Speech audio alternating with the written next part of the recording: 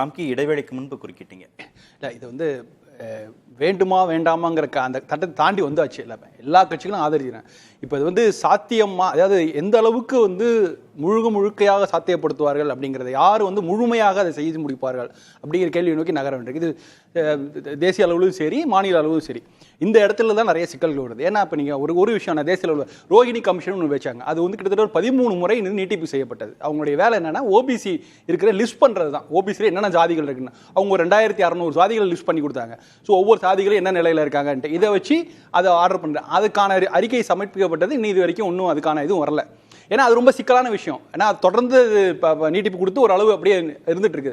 இப்போ அதையும் அப்போ மக்கள் தொகை கணப்பெடு தான், அதை வச்சுட்டு நீங்கள் ஏதாவது செய்ய ஆரம்பிச்சா ஒவ்வொரு மாநிலங்கள்லையுமே வெவ்வேறு சாதிகள், இப்போ ஒரு மாநிலங்களில் ஓபிசியாக இருக்கிற சாதி இன்னொரு மாநிலங்களில் பட்டியல் இனத்தில் இருக்கலாம். இந்த மாதிரி நிறைய விஷயங்கள் இருக்குது. அப்படியே நீங்கள் ஸ்டேட்குள்ளே வந்தீங்கன்னா, நான் சொல்கிறேன், திருச்சி கரூர் பகுதிகள், அந்த பகுதிகளில் மட்டும் ஒரு ஜாதி வந்து அதே சாதி வந்து வேறு விதமாக அங்கே அழைக்கப்படுவார்கள். இவங்களுக்கு பிசி சர்டிஃபிகேட் கிடைக்குது, அவங்களுக்கு சர்டிஃபிகேட். இந்த பிரச்சனைகள்லாம் இன்னும் அந்த பகுதியெல்லாம் இருக்குது. தமிழ்நாடு போன்ற மாநிலங்கள் இதுதான் நம்ம தமிழ்நாடு எடுத்துக்க வேண்டியிருக்குது. ஸோ அப்படி இருக்கும்போது நீங்கள் எல்லா மட்டங்களிலும் பல சிக்கல்கள், ஒரு ப்ராக்டிக்கல் சிக்கல்லாம் இருக்கும். அதனால வந்து நாங்கள் இதை நோக்கி நகர்கிறோம், இதை நோக்கி செய்கிறோங்கிறதுல அந்த விதத்தில் வந்து எல்லாருமே வந்து ஒற்றுமையாக இருக்காங்க. அது இப்ப நம்ம வந்து எப்படி செய்ய போறாங்க? நீங்க ஓபிசி வாக்குகளை, பட்டியலின மக்கள் வாக்குகளை நீங்க பெறணும்னா பாஜகவுக்கு அந்த கம்பல்ஷன் இருக்கு. கம்பல்ஷன் இருக்கு. அதை வந்து இது வந்து காங்கிரஸ் தான் முன் வச்சு இதை பண்ணணும்னு சொல்லும் போது கூட அதை வந்து அவங்க அக்னாலேஜ் வெளிப்படையாக அக்னாலேஜ் பண்ணாமலே இதுக்கான இந்த நாடாளுமன்றத்தில் பல சோசியல் இன்ஜினியரிங் வேலையெல்லாம் செய்தார்கள். ஸோ அப்போ பல மாநிலங்கள் பல இடங்களில் ஜெயித்து வந்தது காரணம் இதுதான். ஸோ அதனால கருத்தளவில் அவங்க உடன்படுறாங்க. அது ஆர்எஸ்எஸ் அஜெண்டா வந்து நீங்க வந்து இது தேவையில்லைன்னு சொன்னாலும் இன்னைக்கு ஆர்எஸ்எஸ் வலியுறுத்தினாங்க. கேரளாவில் பாலக்காட்டில் வலியுறுத்தினாங்க. ஒரு கடந்த சில ஆண்டுகளாகவே இங்க வந்து பாஜக அந்த நிலை நோக்கி தான் நகருது. வெளிப்படையா ஓப்பனா டிக்ளேர் பண்ணா காங்கிரஸை வெளிப்படையா ஆதரிக்க வேண்டுங்கிற, அதனால வந்து அவங்க வெளிப்படையா டிக்ளேர் பண்ணாம இருந்திருக்கலாம். ஆனா அதை நோக்கி தான் நகராங்க, எல்லாம் நகராங்க. இப்ப எதை வந்து யாருக்கு சிக்கல் வரும்ன்றீங்க? மத்திய அரசுக்கு சிக்கல் வருமா, இல்ல இம்ப்ளிமெண்ட் பண்ணும்போது மாநில அரசுக்கு சிக்கல் வரும்? ரெண்டு பக்கமே சிக்கல் வரும். மத்திய அரசுக்கு இப்ப இந்த ரோஹிணி கமிஷன் அறிக்கையெல்லாம் வைத்து என்ன பண்றது, அவங்களுக்கு ஒரு குழப்பம் இருக்கும். நீங்க முதல்ல மக்கள் தொகை கணக்கெடுப்போட சேர்த்து நடக்கும். அது எப்ப நடத்த போறாங்க ஒரு முதல்ல முக்கியமான விஷயம். ரெண்டாவது, நான் என்ன சொல்றேன், இதெல்லாம் நடத்தி முடிச்சா கூட நிச்சயமா மாநிலத்திலிருந்து குரல் வரும். இதோடைய நம்பகத்தன்மையை குரல் எழுப்புற மாதிரி. இப்ப நீங்க டாக்டர் ராமதாஸ் குறிப்பிட்ட விஷயம் அதுதான். அப்ப அது சரி செய்வதற்கு என்ன பண்ணணும்னா, நீங்க அந்த ஜாதியோட அவங்களோட சோசியோ எக்கனாமிக் டேட்டாவும் எடுத்தாகணும். அவங்களுடைய இன்கம், அந்த விஷயங்களையும் கம்ப்ளீட்டா எடுத்தாக வேணும். அதை எடுத்தால்தான் இந்த மாதிரியான டிபேட் வரும்போது நம்ம அதை சொல்லி நியாயப்படுத்துறதுக்கு இரண்டு தரப்புமே செய்ய முடியும். ரவீந்திரன், சாதிவாரி கணக்கெடுப்பு வேணும்னு கேட்டவங்களும் அரை மனசோடு கேட்டாங்க. சாதிவாரி கணக்கெடுப்பு எடுக்க தயார்னு சொன்ன பாஜகவும் அரை மனசோடு ஒத்துக்குச்சு அப்படின்னு ராம்கி சொல்றாரு. இல்ல, அவங்க கேட்கறது அவங்களுக்கு வேற இஷ்யூ இல்லாதனால அவங்க பொலிட்டிக்கல் வெற்றி பெறணும்னா அந்த இஷ்யூவை எடுத்துதான் தீரணுங்கிறடைய கம்பல்ஷனுக்கு ராகுல் காந்தி வந்தார். இதைத்தான் நான் முதல் சுற்றிலே சொன்னேன். ஃபர்ஸ்ட் ரவுண்ட்ல மோடியை தோக்கடிக்க முடியல, செகண்ட் ரவுண்ட்ல தோக்கடிக்க முடியல, தேர்ட் ரவுண்ட்ல இந்த இஷ்யூவை எடுத்து மோடியை கண்டெயின் பண்ணிட்டாங்க. தனி மெஜாரிட்டி வரல. அதனாலதான் தொடர்ந்து வந்து சில மாநிலங்கள்ல அதை மோடி அவுட்பீட் பண்ணாலும் இதுதான் நமக்கு ஆயுதம், இந்த ஆயுதத்தை வச்சுதான் மோடியை நம்ம எதிர்கொள்ளணும். குறிப்பா சொல்ல போனா ராகுல் காந்திங்கிறவரு எஸ்சிபிசி மைனாரிட்டிக்கு ஆதரவானவருங்கிற அந்த இம்ப்ரெஷனை இந்தியா ஃபுல்லா பிரச்சாரத்துல கொண்டு போயிட்டு ஓபிசி லீடரா இருந்தாலும் ஓபிசியா இருந்தாலும் ஓபிசிக்கு நன்மை செய்யக்கூடியவர் இல்ல மோடிங்கிற ஒரு தோற்றத்தை உருவாக்கிக்கிட்டு இதே ராகுல் காந்தி பிரைமரி பவர்ங்கிறது அப்பர் காஸ்ட் ராஜ்புட் ஜாட்டு பட்டேலுங்கிற மாதிரி ஒரு மூவை எடுத்தா இந்த ஓபிசி வாக்குகளை மோடி இழந்தா அவருக்கு 2029 ஒரு பெரிய செட்பேக்கா இருக்கும். மனசார செய்யறாங்களோ மனசு இல்லாம செய்யறாங்களோ, பொலிட்டிக்கல் கம்பல்ஷன்ல இன்னைக்குள்ள கம்யூனிகேஷன் ரெவல்யூஷன், தகவல் தொழில்நுட்ப புரட்சி, வாட்ஸ்அப், பேஸ்புக், எக்ஸ் தளம், இன்ஸ்டாகிராம், இதுல வந்து ஒவ்வொரு ஜாதிக்கும் ஒவ்வொரு விஷயமும் துல்லியமா தெரியுது. Everybody wants their share of power.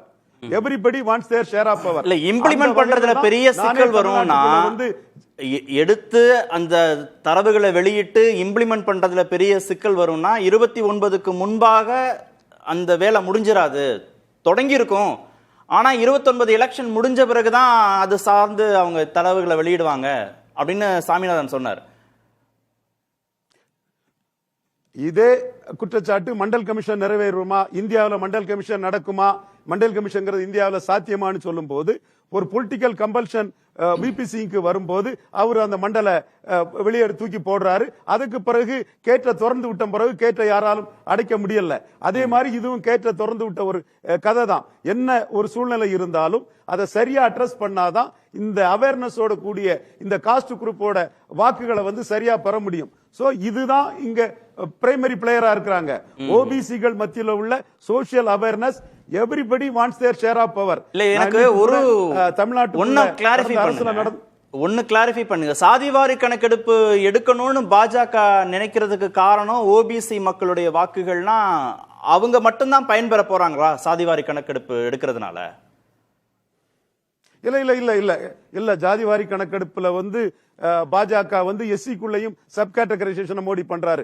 கடையருக்கும் சமநீதின்னு சொல்றாரு. காரணம் ஷெட்யூல் காஸ்ட் ஓட்டு வந்து மற்ற இந்துக்களை விட காங்கிரசுக்கு அதிகம் இருக்குது.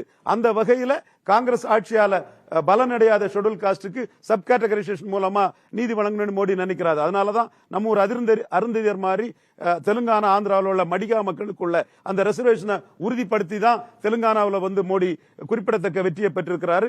ஆந்திராவில் என்டிஏ ஸ்வீப் பண்ணி இருக்குது. சோ எல்லா இஷ்யூலயுமே பொலிட்டிக்ஸ் இருக்குது. பொலிட்டிக்ஸ்ல உள்ள மூவ்ஸ் அண்ட் கவுண்டர் மூவ்ஸ்ல ராகுல் காந்தி ஒரு ஆயுதத்தை எடுத்தாருன்னா அந்த ஆயுதத்தை நாம கையில் எடுத்து விளையாடலன்னா அந்த ஆயுதம் நம்மளை சாச்சிரும். அதுல சான்ஸ் எடுக்க முடியாது.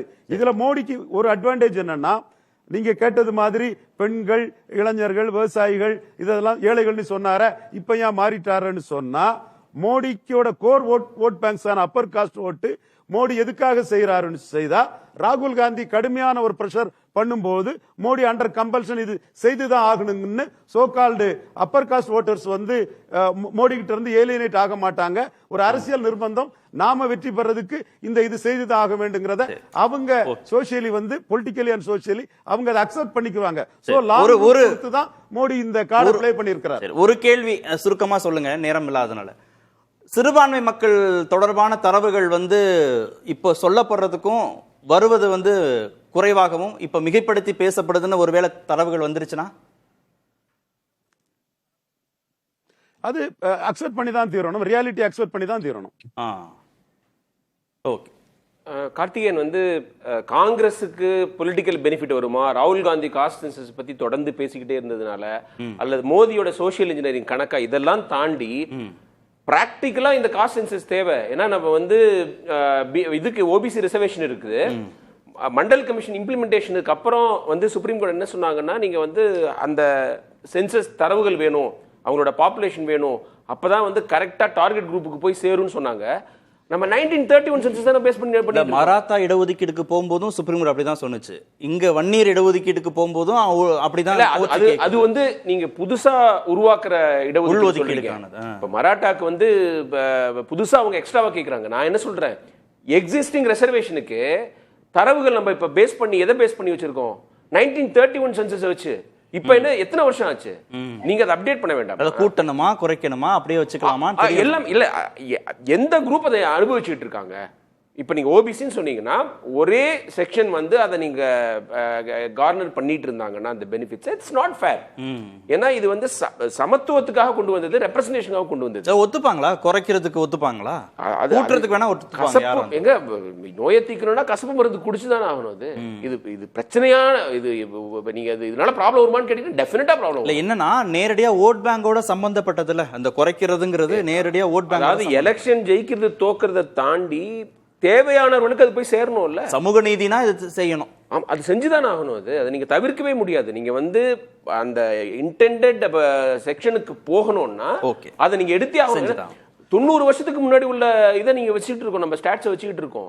அந்த ஓபிசி அது 2011 அவங்க ஒரு அந்த கணக்கு எடுத்தாங்க, ஜாதி கணக்கு எடுத்தாங்க, அதையே வெளியிடல. காங்கிரஸும் அது வந்து அதுல வந்து குற்றம் தானே, குற்றச்சாட்டு இது குற்றத்தை அவங்க ஃபேஸ் பண்ணி தானே ஆகணும். அந்த சார்ஜ் ஃபேஸ் பண்ணி தானே ஆகணும். 2011 வந்து நீங்க 3 வருஷம் இருந்தது, ஏதாவது நீங்க வந்து ஒரு ஆக்ஷனபிள் ரிப்போர்ட் உள்ள விட்டுருக்கணும்ல. அப்ப யோசிக்கலாம். ஏன்னா எல்லா பார்ட்டிஸ்க்குமே அந்த அப்பர் காஸ்ட் நலன்கிறது வந்து ரொம்ப ரொம்ப முக்கியம். ஏன்னா இந்த மாநிலங்கள்ல வந்து காங்கிரஸ் வந்து இடபிள்யூசி எதிர்த்துக்கிறாங்க, எங்கேயுமே எதுக்கலையே அவங்க. ஏன்னா அவங்களுக்கும் தேவை அப்பர் காஸ்டோடைய பெர்சன்டேஜ் யூபிலாம் அதிகமா இருக்குது, அங்க அவங்களுக்கு எலக்ட்ரல் பெனிஃபிட்ஸ் வேணும்னா அதை எதிர்க்க முடியாது. அந்த மாதிரி ஒரு சூழ்நிலை இருக்கு. ஒவ்வொரு ஸ்டேட்லயுமே கன்சிஸ்டன்டா அவங்க பேசவே முடியாது. தமிழ்நாட்டுல மட்டும் தான் வந்து அவங்க எதிர்க்கிறாங்க.